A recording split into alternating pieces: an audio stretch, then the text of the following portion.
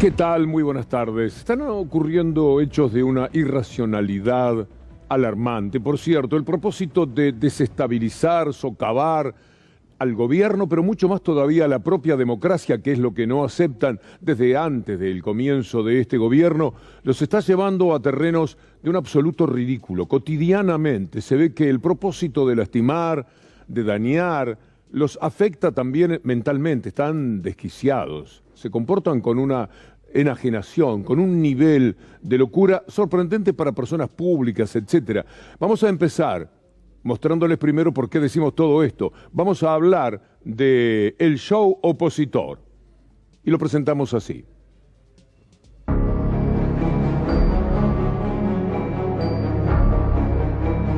Van a encontrarse con elementos que hablan precisamente de esto. Vamos a empezar por el Senado de la Nación. Una discusión entre Mayans y Naidenov. Usted sacará sus conclusiones. Voy a plantear una cuestión de privilegio contra la presidenta del Gobierno. Acá hay un estado de sospecha. No podíamos caer. No. Pará. Esto no es tema libre, no. Acá hay un estado de sospecha. A ver. Yo sé que ustedes son todos inocentes. Ante la inocencia del bloque del frente de todos, la presidenta se defiende solo, no hace falta. Estábamos apretados, encerrados,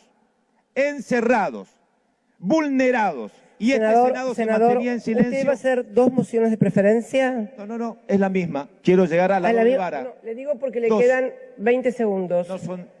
No es una cuestión de privilegio, son de 5. preferencia. 10. Para preferencia son 5. Para preferencia son 5. Me queda un minuto. Míreme la mano, 5. Habló por 2 expedientes, dice tiene que hablar 10 minutos. Entonces le voy a hacer buscar 3 expedientes a cada uno, que hable 15 minutos cada uno, que le diga todas las cosas que tienen que decirle. ¿Verdad? Esto se llama deslealtad parlamentaria. Así no se trabaja, presidenta. Esto es lo que sucedió en el mismísimo Senado de la Nación. Naidenov tratando de llevar agua para su molino, pero ¿de qué manera, no? A propósito del viaje de Alberto Fernández a Jujuy para ver a Milagros Sala. Macri apareció y tuiteó a eso de las 9 de la noche. Le quedaba más cómodo ese horario porque el viaje de Alberto Fernández había sido temprano por la mañana. Esperó un poco y al final puso estos tuits que, viniendo de Macri, son para sonrojarse por vergüenza ajena. La intempestiva visita en el día de hoy del presidente a Milagros Sala es un evidente desafío a la justicia, a la autonomía provincial, la autoridad del gobernador y al pueblo jujeño.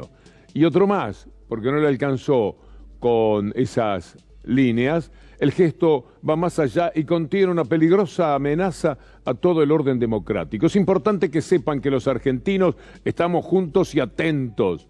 No podrán pasar por arriba de la justicia. Como ya la cosa venía desopilante, apareció Santilli. Lo que van a ver de Santilli, por cierto, que es el monumento a la tontería, el mejor gesto payasesco quizás de la semana, que así será interpretado por su gente del PRO, que también advirtieron que ya esto pasa todos los límites. Van a ver ustedes a este investigador, a esta especie de Mr. Bean, que va al río que separa Matanza y Ezeiza, el río Matanza, y allí detecta cómo los narcotraficantes pasan la mercadería, cómo lo hacen, de qué manera operan, cuál es la forma de actuar. Todo revelado en un documento excepcional por Santilli. Hay que terminar con esto. Hay que enfrentar a los delincuentes. Mira. Este es el río Matanza. Esa soga que está ahí. Ese caja de telgopor. Allá está Ezeiza. Por ahí vienen los que trafican, ponen la droga allí y la cruzan para este lado. Este es el límite Matanza, este lado. Del otro lado es Ezeiza. Hay que terminar con esto. Hay que enfrentar a los delincuentes.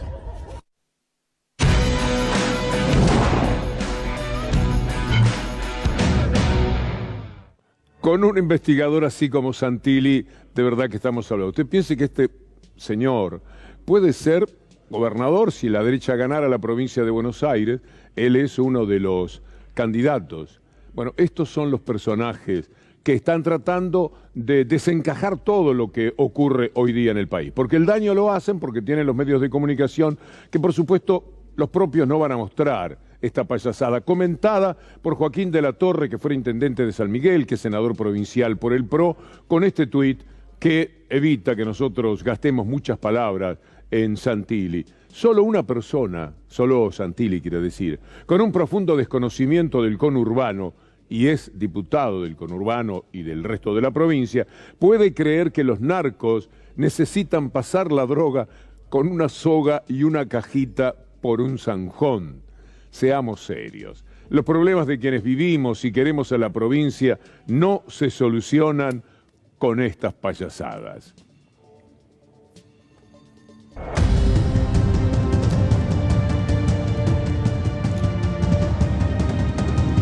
Pero bloquear a la Argentina es un estado de psicosis de todos los sectores de la derecha.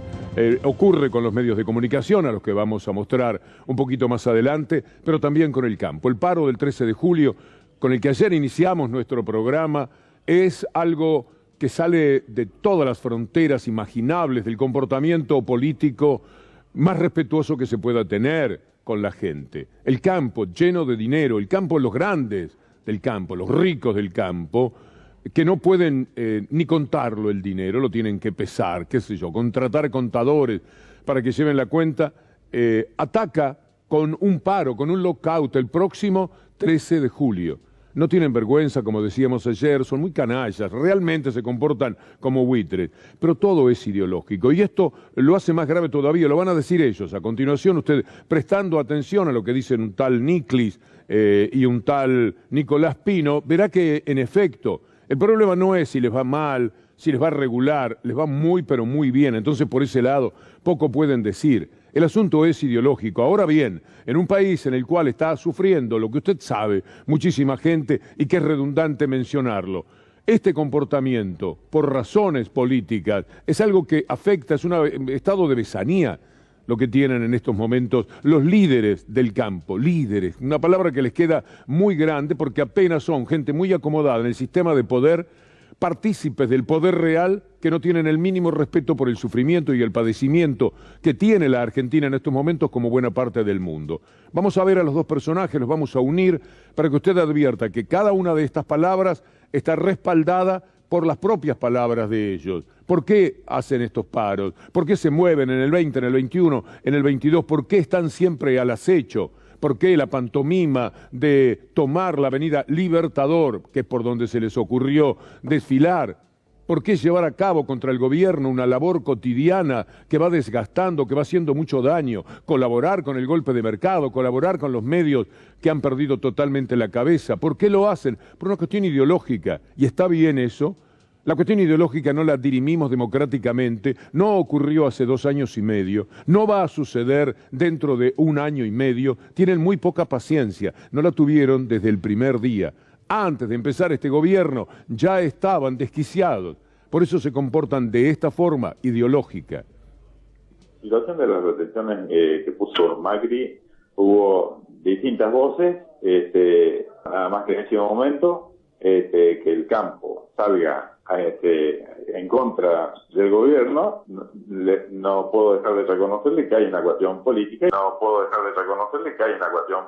y que era un gobierno que estaba haciendo equilibrio. No hay que negar de que hay cierto condimento político, ideológico, etcétera, etcétera.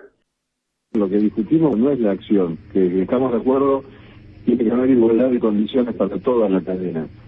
Y con esta medida se logra igualdad. Lo importante hubiese sido que se baje la retención, ¿no? Poner en igualdad de condiciones para abajo, pero bueno, eso sabemos que era imposible o muy difícil. Entiendo el planteo de fondo, pero en la concreta de una emergencia donde piden eliminar ese subsidio, me termina dando la impresión, pero tal vez está equivocada, de que los gana más tal vez la reacción política porque le desconfían a Alberto, porque está Cristina,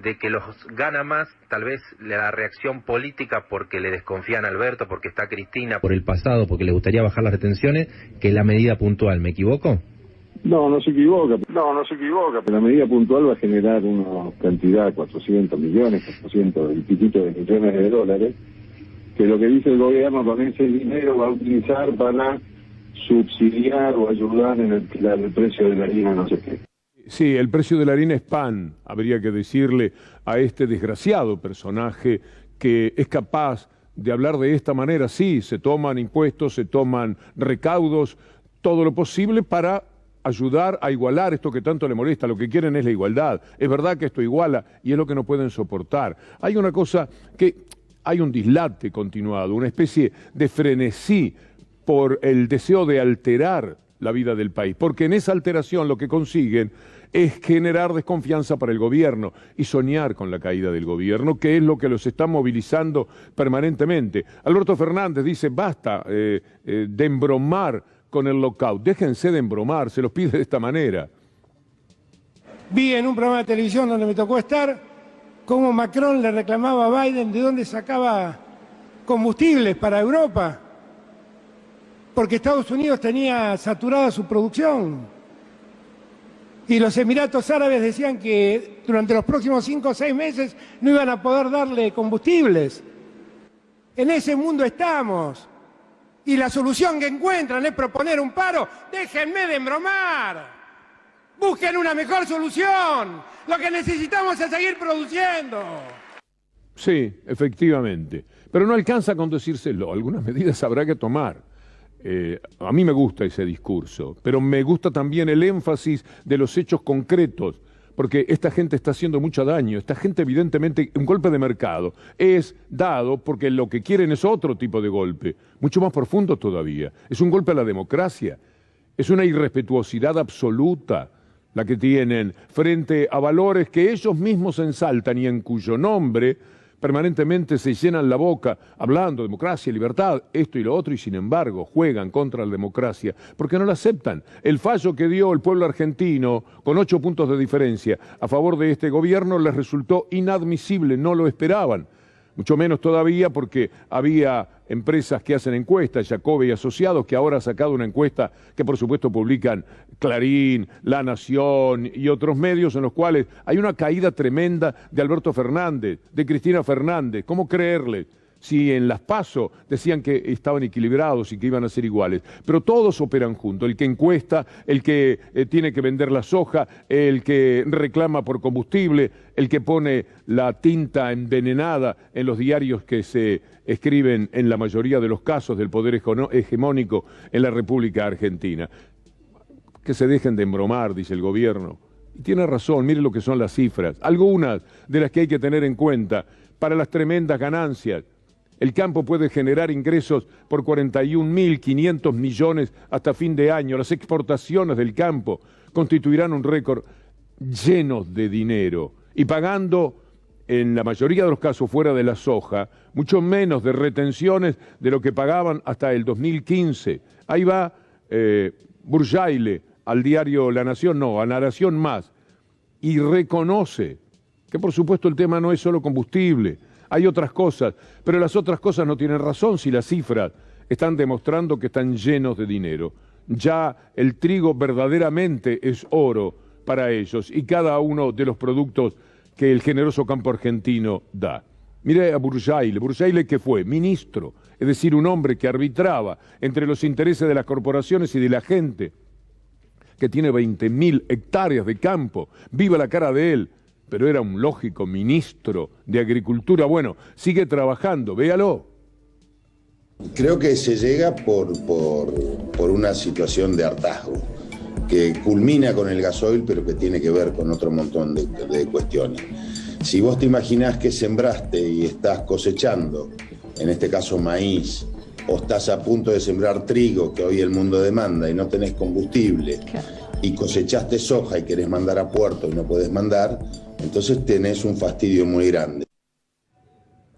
De todos lados el cabezazo afirmando que lo que decía Burjaile, que juega naturalmente su propio partido, es demostrativo de cuál es la participación también que tiene el canal de Mauricio Macri. Allí están todos pendientes de ver cómo se ayuda a Macri, y si no fuera Macri, porque a veces uno tiene la sensación de que se cae a pedazos con su conducta, bueno, que sea otro, pero siempre de la derecha, que siempre va a jugar para ellos y para sus privilegios, para sus contactos, para su vida. Es muy triste. Vamos a verlo a Macri con Bursail al lado, hablando de pagar impuestos con alegría, porque esto demuestra que efectivamente el tema es ideológico. Pero también quiero plantearles, como me decía y me recordaba muy bien acá Alfredo De Angeli, que hay un compromiso que también hay que cumplir, que es pagar los impuestos. Porque ahora los vamos a administrar bien, los vamos a cuidar. Entonces no hay ninguna excusa. Entonces, si hay más ganancias, hay que pagar con alegría más impuestos a las ganancias. Haber ido en el capítulo Payasadas con el que empezamos nuestro trabajo. Ahí estaban Bursaili, De Angelis, saludando, celebrando, y también lo hicieron cuando el Fondo Monetario Internacional le obligó a Macri a poner las retenciones de hoy, las mismas, pero en aquel momento lo ideológico les jugaba a favor. En algún momento pensaban vendrán las ganancias, los beneficios, los privilegios, pero ahora con las mismas están todo el tiempo quejosos, todo el tiempo hablando en contra del gobierno que tiene retenciones que en muchísimos casos son la mitad de las que había hasta el 2015, y en otros son iguales a las que puso Macri.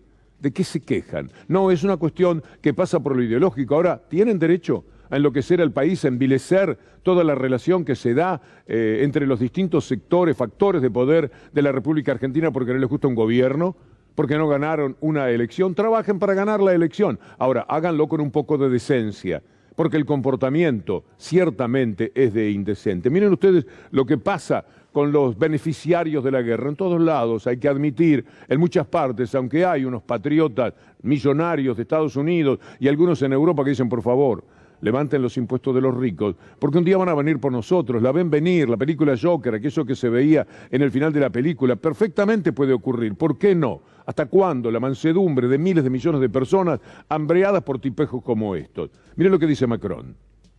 Nous vivons tous dans nos pays une situation qui est intenable, où nos compatriotes payent de plus en plus cher le plein d'essence, où c'est de plus en plus cher pour nos industries, et où nous devons dépenser l'argent du contribuable pour trouver des mécanismes pour compenser. Ça n'est pas soutenable dans la durée. Nous avons des gens qui ont spéculé sur la guerre, et aujourd'hui vous avez des gens qui font beaucoup d'argent sur la guerre. On appelle ça des profiteurs de guerre. Et moi je ne comprends pas comment on peut accepter très longtemps que l'argent du contribuable dans nos pays soit utilisé à aider les ménages à pouvoir vivre en temps de guerre, et qu'à côté de ça, il y a des gens qui s'enrichissent beaucoup en temps de guerre. Donc on va devoir régler ça, et le régler de manière coordonnée, en européen, entre économies développées, sinon on aura un problème politique. ¿Se dan cuenta que es exactamente lo que hemos intentado decir con palabras de quien es el presidente de Francia? Muy bien expresado. Esta es la situación. Habla de la Argentina, por supuesto que está hablando del mundo, pero cada una de sus palabras sirve para dar dimensión real a lo que pasa en la República Argentina. No tienen derecho al paro del 13 de julio. Es un paro infame. Es un paro que debería darle vergüenza y que el campo que ha discutido con la parte dominada por las instituciones que les representan, tendría que salir y decirles esto no se puede hacer. Ya es un descalabro total desde lo moral, desde lo ético. Llueve el dinero hoy día.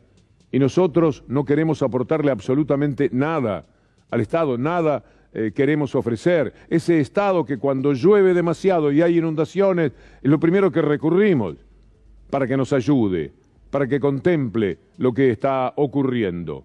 Ese Estado que cuando tenemos una sequía vamos y pedimos y reclamamos y nos dan, siempre nos dan, por la sequía, por la lluvia. Ahora nosotros estaríamos en condiciones de dar, tendrían que decir, a causa de la guerra y de la muerte y del exilio y de todo lo que se está padeciendo en alguna parte del mundo, aparecen estas ganancias y no quieren ceder nada. Y cuando temen que pueda suceder, hacen un paro preventivo, que ya ni siquiera tiene esa característica. Siempre lo ideológico y siempre refugiados en este que es el poder real de la Argentina, el poder de los medios de comunicación.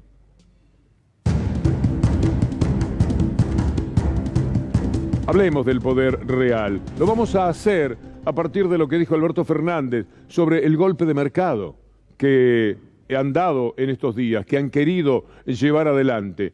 Por suerte, no tan exitosamente como pretendían, porque el Banco Central se ha hecho de reservas, porque hay algunos elementos de la economía que no podemos decir florecen, pero sí han apaciguado y han aliviado las arcas del Estado y las expectativas que hay a futuro.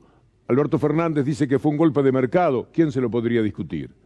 ¿No cree que están buscando un golpe de mercado o que están buscando erosionarlo a usted y al gobierno? Seguramente que es así, seguramente que es así. ¿Cómo vamos a defoltear nuestra propia moneda? Agitaron ese fantasma durante un montón de tiempo, tiraron los precios de los bonos al piso y nosotros cumplimos nuestro compromiso. ¿Cómo piensan que nosotros paramos las corridas, la tercera corrida que nos quisieron hacer, si no es con dureza? Yo lo que digo es que para ser duro no hay que andar pegando puñetazos, ni hay que andar pegando portazos, ni hay que andar a los gritos, Para ser duro hay que actuar con sentido, con racionalidad.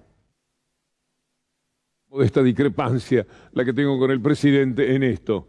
Para ser duros hay que decretar, hay que nombrar a cada uno de los delincuentes que hacen un golpe de mercado, que queden perfectamente establecidas las responsabilidades que hay. Sí, el pueblo está dando un grito, necesita que se exprese, un grito que es metafórico, por supuesto, no es a los gritos, es con una expresión severa. De eso sí que adolecemos todavía. Y por más que nos simpatice la idea de que al gobierno le vaya bien porque de esa manera le va bien al pueblo, siempre estamos observando esa reticencia para jugar a fondo. Son delincuentes, los medios de comunicación. ¿Quién da el golpe de mercado? ¿Quién los ayuda con sus títulos? ¿Quién va a buscar la profecía autocumplida siempre? Bueno, los medios de comunicación, las corporaciones.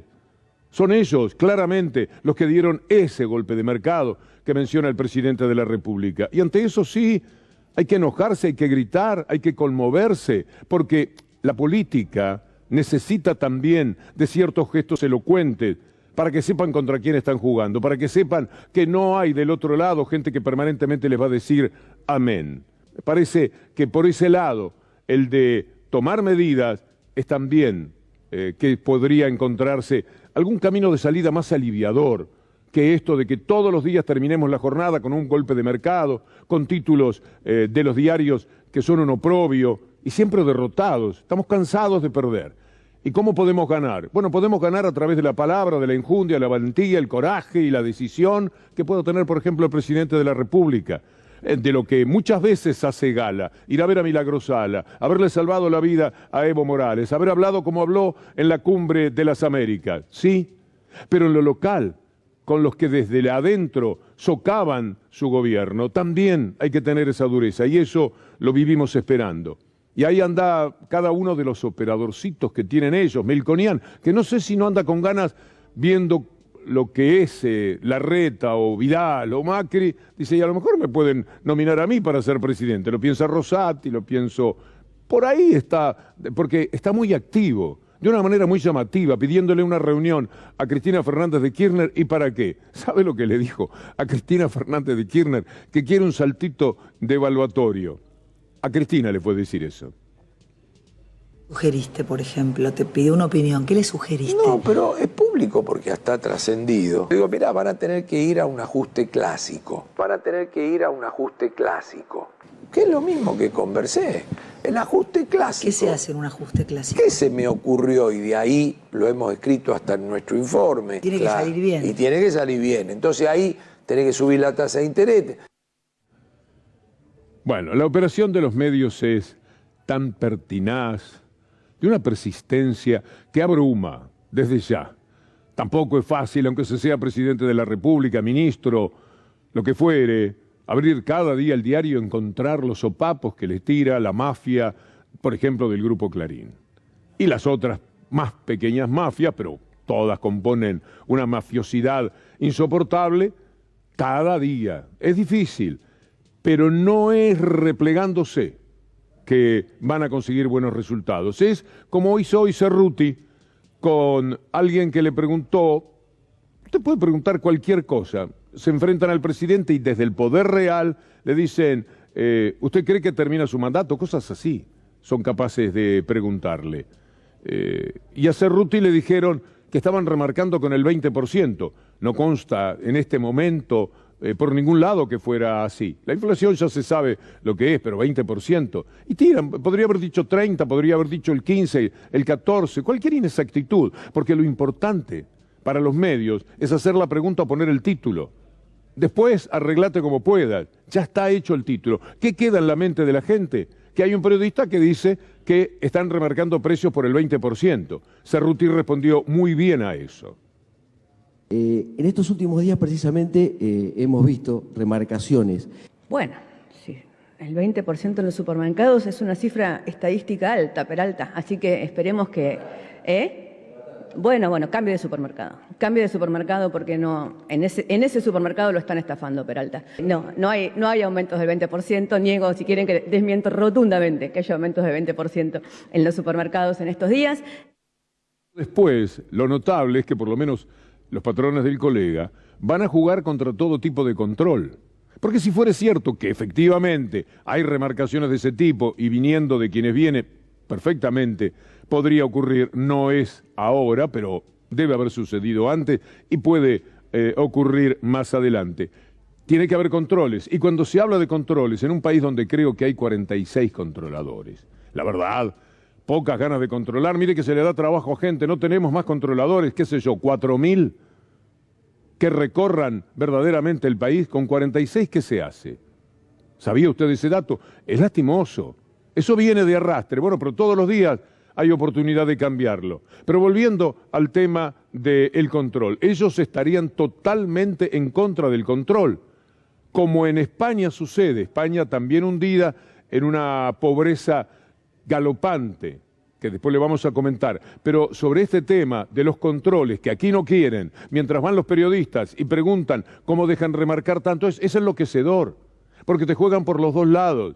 Oiga, ¿cómo está permitiendo la remarcación del 20% del gobierno? ¿Qué clase de gobierno es este? Y del otro lado, el patrón, el mañeto, viene y dice, ¿cómo van a controlar?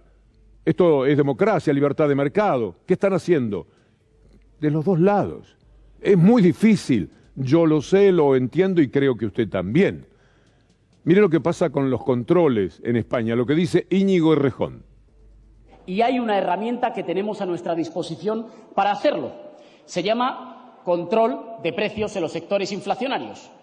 La derecha siempre dice que esto es absolutamente imposible. Yo no voy a decir nombres para no avergonzar a nadie. Cuando las mascarillas, alguien de Vox, la intervención de precios desatará el desabastecimiento. Se intervienen los precios y no hay desabastecimiento. Cuando los test de antígenos, alguien de Ciudadanos, nadie va a vender los test porque nadie querrá vender a pérdidas. Se intervienen los precios de los test y no hay desabastecimiento. Cuando el mercado eléctrico, alguien del PP, una intervención radical del mercado, será la excepción, será un caos y la excepción ibérica no será un triunfo, sino la manifestación de un fracaso. Se ha regulado el mercado eléctrico con buenos resultados. En realidad, las derechas, ya termino, señor presidente, están a favor de la intervención de los precios solo en una mercancía, en la fuerza de trabajo, y hacen permanentemente reformas laborales para devaluar la fuerza de trabajo. La fuerza de trabajo sí se puede intervenir el precio, el resto de los precios resulta que no se puede.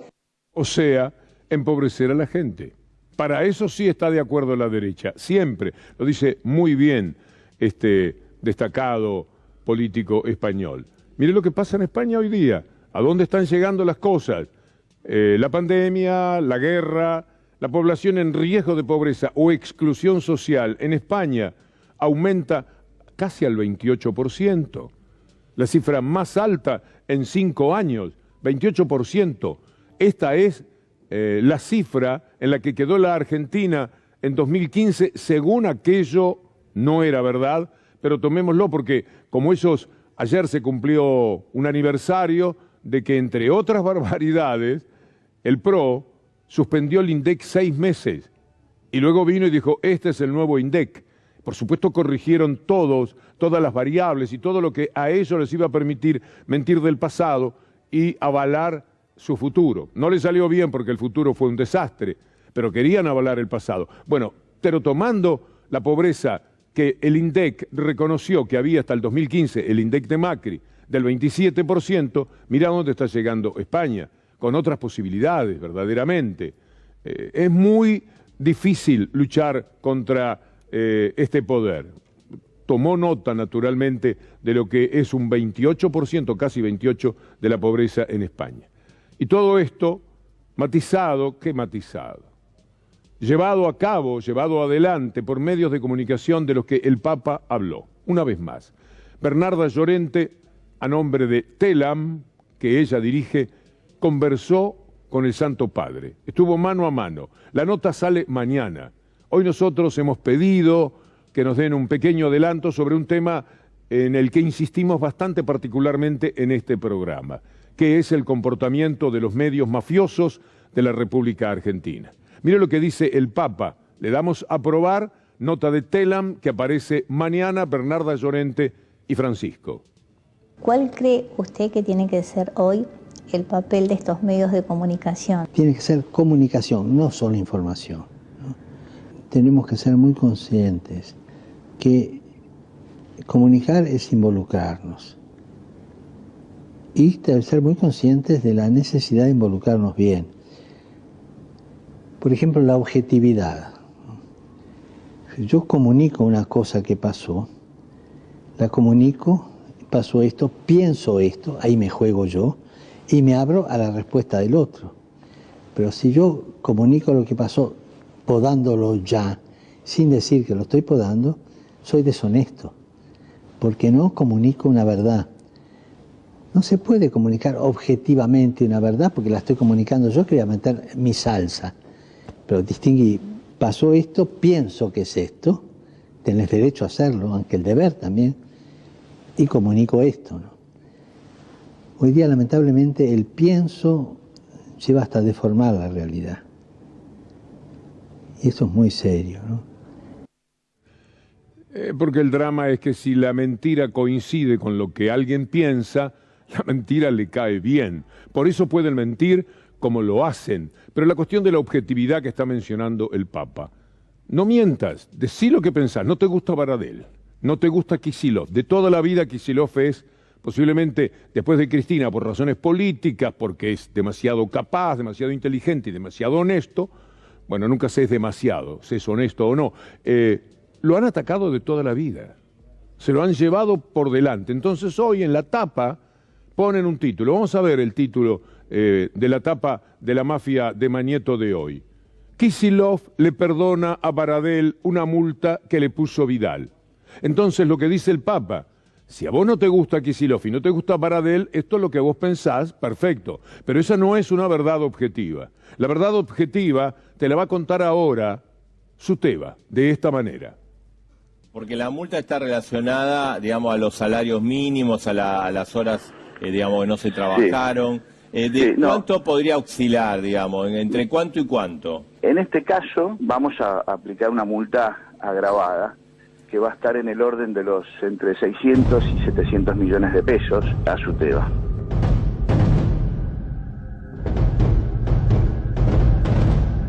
Y la multa esta, el expediente que empieza en el 2017 y también que lo refuerza en el 2018, simplemente fue por ejercer un derecho constitucional, que es el derecho a huelga. No protegían el derecho de los chicos a estudiar. Lo que querían hacer es hacerle daño a los trabajadores y a las trabajadoras. No protegían ese derecho porque tampoco invertían en infraestructura, interrumpieron en el plan Conectar Igualdad, dejaron de entregar libros concretamente. Entonces lo que está haciendo hoy el Ministerio de Trabajo de la Provincia de Buenos Aires es un acto de reparación. Es decir, la multa, por cierto, no era a Baradel, se conoce cuáles eran los motivos. ¿Usted le parece que es el deseo de con personas estigmatizadas y perseguidas como Baradel y adversarios políticos del fuste que le adjudican a Axel Kicillof, ir a poner una mentira? La deuda de Baradel no es una deuda de Baradel. La multa es a Suteba, y ya vio usted de la explicación en tiempo real en la historia cuál era el motivo. Es como dice el Papa. Comunicación que da la impresión que tiene una metralla en mano para destruir a la gente, con la selección de la verdad o con la calumnia o con la difamación o con ensuciarlo, entonces eso nunca hace crecer a un pueblo. No pido mucho que los medios de comunicación tengan esa sana objetividad, ¿no? Que no quiere decir que sea agua destilada, no. El hecho es este, yo pienso así y salís al ruedo, pero que quede claro tu diferencia de lo que pensás, ¿no? Y eso es muy noble, muy noble.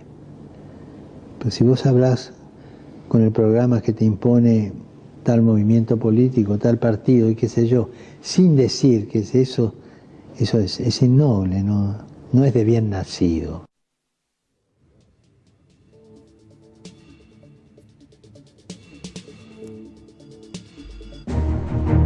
Hablemos un poco de los señores de la guerra, no de los señores que desde acá lucran con la guerra y nada quieren participar a los demás y encima hacen el paro miserable del próximo 13 de julio. No, los señores de la guerra son, por ejemplo, tipos como Boris Johnson, o como Biden, o como Putin, o como Zelensky. Esos son los señores de la guerra, con lo bueno, malo, objetable y no objetable que cada uno de ellos pueda ofrecer al comentario que nosotros queremos realizar. Vamos a empezar por Boris Johnson, diciendo un disparate. Si Putin fuera mujer, no hubiera ocurrido la guerra con Ucrania. We need more women in positions of power.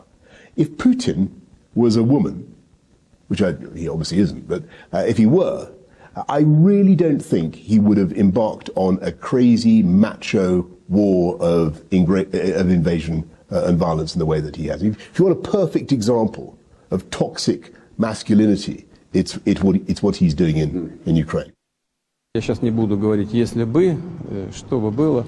Я просто хочу в этой связи напомнить события новейшей истории, когда Маргарет Тэтчер приняла решение о начале боевых военных действий против Аргентины за Фолклендские острова.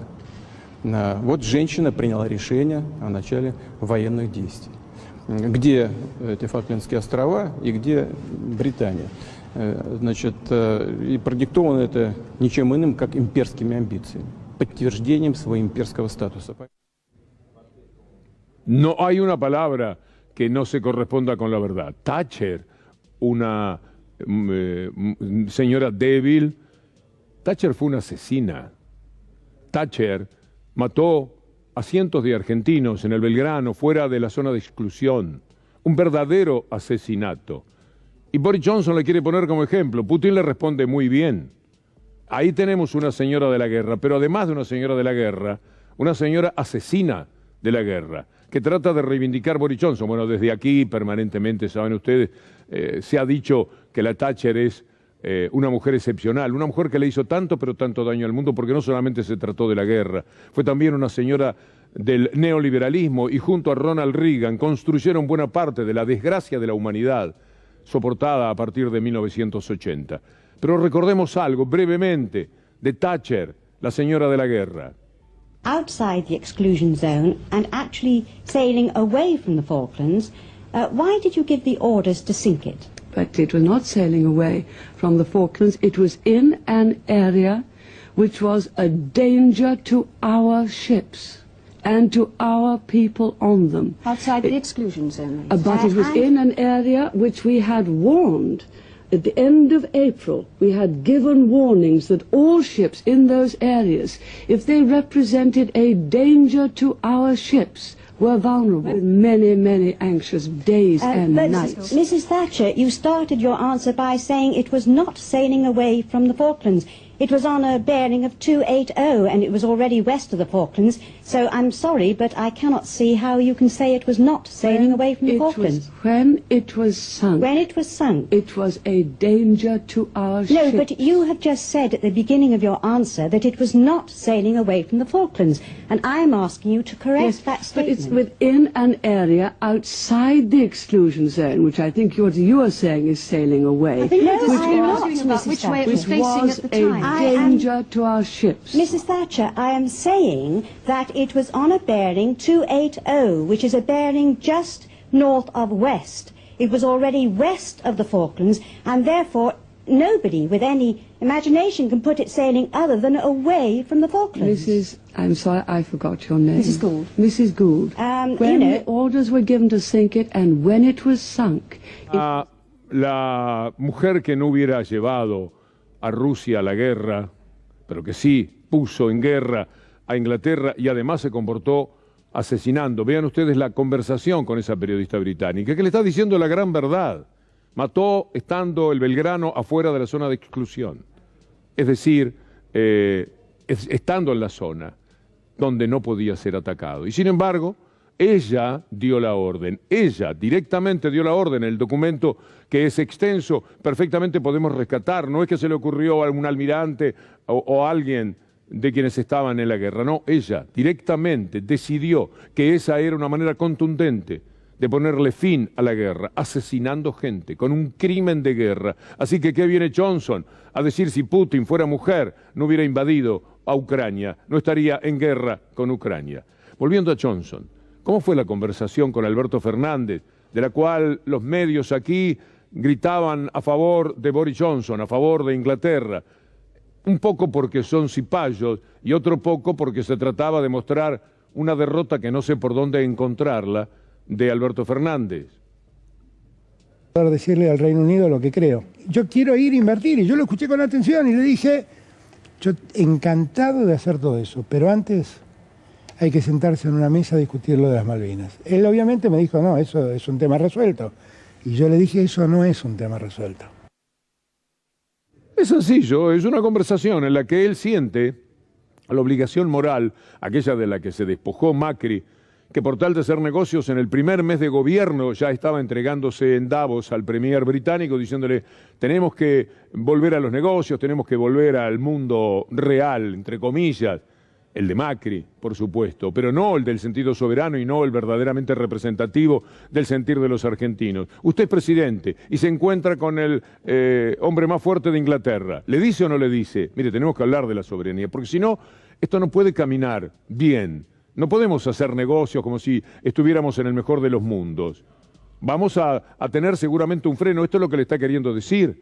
No podemos tener una actividad económica desenfrenada con quienes nos han robado las islas y ni siquiera se quieren sentar a conversar para ver o cómo las devuelven o cómo entramos en una soberanía compartida. Buscar una solución que pueda darle satisfacción a los siglos de lucha que lleva la Argentina, procurando que le devuelvan desde 1833 las islas que le robó. No, acá en los diarios celebraban la respuesta de Boris Johnson, que hace 40 años que eso está saldado, con el dolor de la guerra, pero ellos querían que quedara firme, subrayar la respuesta de Johnson, obvia también. Como dice Alberto Fernández, ¿qué me va a decir?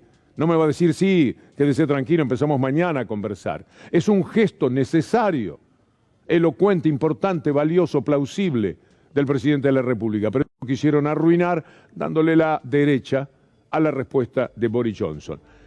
Se parecen tanto. Mire lo que decía Biden, ya que estamos en Malvinas, sobre Malvinas.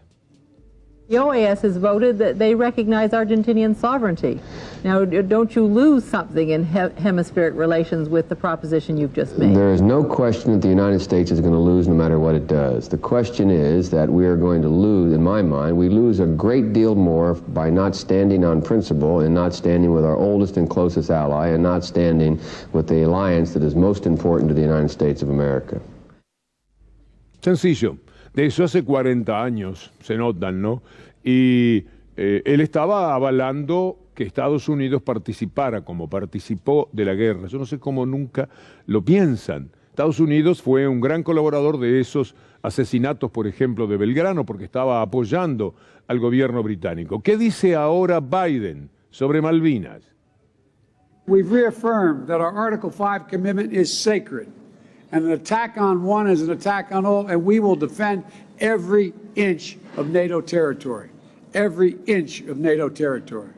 For our part, the United States is doing exactly what I said we would do if Putin invaded. Enhance our force posture in Europe.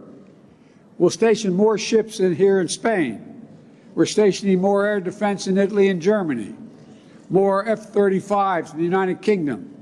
And to strengthen our eastern flank, new permanent headquarters for the Army 5th Corps in Poland.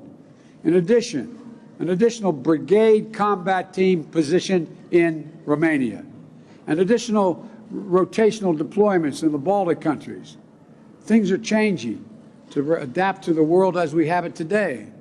And all of this is against the backdrop of our response to Russia's aggression and to help Ukraine defend itself. ¿Tomarán pastillas para mentir? Porque más no se puede. Es decir, todo lo que está señalando encubre el funcionamiento totalmente desviado de las políticas internacionales, guerreras, imperialistas de Estados Unidos, que tiene a la OTAN asesina a su servicio. Bueno, lo tuvo siempre así. La OTAN nació para que Estados Unidos manejase, operase a partir de Europa. Vas a saber por qué. Le dieron todo el poder a Estados Unidos y ahora ellos son una comparsa que acompaña y asesina según las indicaciones de los Estados Unidos. Parece el TEC, ¿cómo se llama el juego de los chicos, el juego de guerra? Bueno, usted me entiende. ¿Y por qué no ve al nieto jugar y no presta tanta atención quizás como debería? Bueno, está jugando a eso, como si fuera un chico. Usted vio todo lo que quieren tomar y después lo va a ver a Pedro Sánchez dentro de un ratito hablar de defensa. Es notable, eso lo hace siempre la derecha, eso lo hace siempre Estados Unidos. Decir, nos atacan y por eso devolvemos el golpe. Siempre es mentira, siempre son ellos los que atacan. Esta guerra está fortalecida por lo que Estados Unidos quería y lo ha conseguido, arruinar bastante lo que es Rusia, económicamente ahora, con problemas a futuro, pero sobre todo la imagen. Es el gran ganador a través de la muerte de los ucranianos. ¿Qué les importa a ellos? La muerte de los iraquíes a los que asesinaron en una guerra por el petróleo. La muerte lejana, la muerte en la que ponen tan pocos soldados. ¿Qué le importa? Que el mundo fue salvado por un país que puso 23 millones de muertos en la Segunda Guerra Mundial contra los 116.000 que puso Estados Unidos. Esas diferencias cuentan para ellos, para celebrar como lo han hecho. Bueno, esto es... Mire lo que dice la OTAN además. La OTAN a las órdenes de Estados Unidos. Se reunieron en Madrid. Más gasto militar para apoyar a Ucrania. Más armamento pesado para Ucrania. Para que siga la guerra y sigan muriendo ucranianos. Porque de ellos no va ninguno a morir.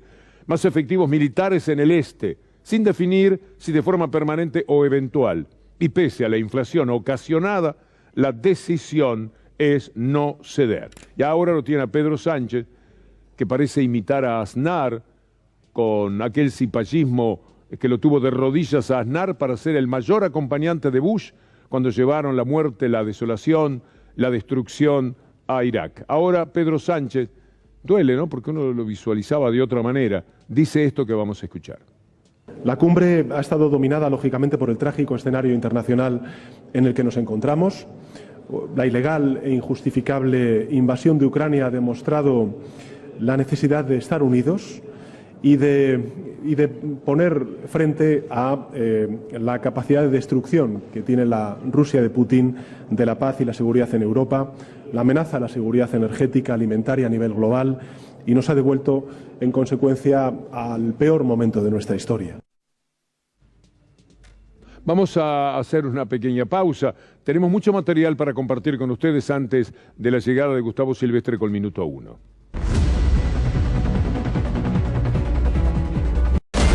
Final de nuestra hora. Hablamos del camino al medioevo. Tomamos el título de una nota del colega Jorge Mahfoud, radicado en los Estados Unidos, autor de un libro excepcional, lamentablemente no publicado aquí, que se llama La frontera salvaje. Y él hablaba de lo que es este retroceso tremendo que se produce a partir de la decisión de la Corte Suprema en el tema del aborto, la Corte Suprema de los Estados Unidos. Y de allí rescatamos de esa nota algo que dice uno de los jueces que votó naturalmente en contra del aborto. Clarence Thomas dijo, en casos futuros debemos reconsiderar todos los precedentes sustantivos. La derecha siempre va por los derechos del debido proceso de este tribunal. Incluye aquello del uso de anticonceptivos, la criminalización de la homosexualidad o el matrimonio igualitario. Todo eso tiene que ir para atrás. Y hoy esa Corte Suprema, estaba mirando acá, Biden aparece de nuevo, porque le quitaron muchísimo de los elementos con los que Biden podría luchar contra el cambio climático, véalo. Supreme Court of the United States overturning an appeals court ruling that gave the EPA power to effectively decide on its own what type of emissions rules can be enforced federally. It's a bit of an obscure case. It actually came up from a 1970s law called the Clean Power Plan, which was never enacted, by the way, but in a 6-3 decision led by Chief Justice John Roberts, the Supreme Court overturned a decision giving the EPA more power. So effectively, this is a win for coal and for the fossil fuel industry. Bueno, esto es lo que se juega en estos momentos en los Estados Unidos. Mire esta noticia que destacamos de una manera especial en nuestro programa sobre lo que está pasando en la discusión del aborto. Cómo hay caminos para no cumplir. Este es el pañuelazo verde hoy, que marca en muchísimas ciudades la contundente decisión de seguir luchando contra la decisión de la Corte. Una Corte que tiene 6-3 dominio republicano. Ahora véalo a Biden, qué democracia tan extraña la de Estados Unidos. Lo del Capitolio, cómo está conformada la Suprema Corte, la Corte Suprema de Justicia. Y esto que dice Biden, que es nada menos que una desobediencia. I'm going to be talking to the governors as to what actions they think I should be taking as well. And but the most important thing to be clear about is we have to change. I believe we have to codify Roe v. Wade in the law, and the way to do that is to make sure the Congress votes to do that. And if the filibuster gets in the way, it's like voting rights. It should be. We provide an exception for this. Require an exception to the filibuster for this action to deal. Hay que buscar caminos. Por ejemplo, para liberar a Milagro Sala, hay que buscar caminos. Tiene que haberlos, que sean jurídicos o artilugios, como dice Biden. Michael Moore, un ídolo, habla de lo que pasó en la Corte Suprema de Justicia de los Estados Unidos y dice que los demócratas en realidad se les escapó la tortuga. El liderazgo del Partido Demócrata, que durante 20 años ha dicho que la razón principal para votar por ellos era proteger a Roe, debería renunciar en masa. Su fracaso es absoluto. Los demócratas estaban dispuestos a mantener a Roe bajo la amenaza perpetua de, y sigue el tuit de Michael Moore diciendo, de recaudar decenas de millones y mantener una justificación para votar por ellos, incluso cuando sus políticas económicas de autoridad y belicismo los hicieron casi indistinguibles de los republicanos. Ahora la última ilusión se hace añicos. Mucho que hacer, necesitamos verdaderos luchadores. Sí, el mundo necesita de verdaderos luchadores.